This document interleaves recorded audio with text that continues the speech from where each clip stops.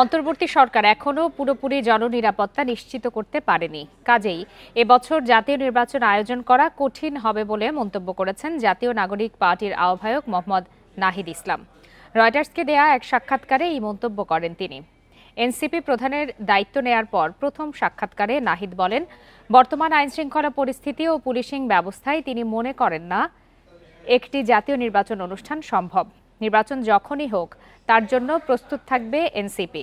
নাহিদ আরও বলেন, নির্বাচনের আগে জুলাই বিপ্লবের প্রোক্লেমেশন নিয়ে মতৈক্যে পৌঁছানো জরুরি। এটি একটি সনদ হবে যেটি বিভিন্ন রাজনৈতিক দল ও ছাত্রদের সঙ্গে আলোচনার ভিত্তিতে তৈরি করার পরিকল্পনা করেছে অন্তর্বর্তী সরকার। 1 মাসের মধ্যে মতৈক্যে পৌঁছাতে পারলে তারা দ্রুত নির্বাচনের আহ্বান জানাতে পারবেন। তবে এর জন্য যদি আরও সময় লাগে তাহলে নির্বাচন বিলম্বিত হবে বলেও মন্তব্য করেন নাহিদ।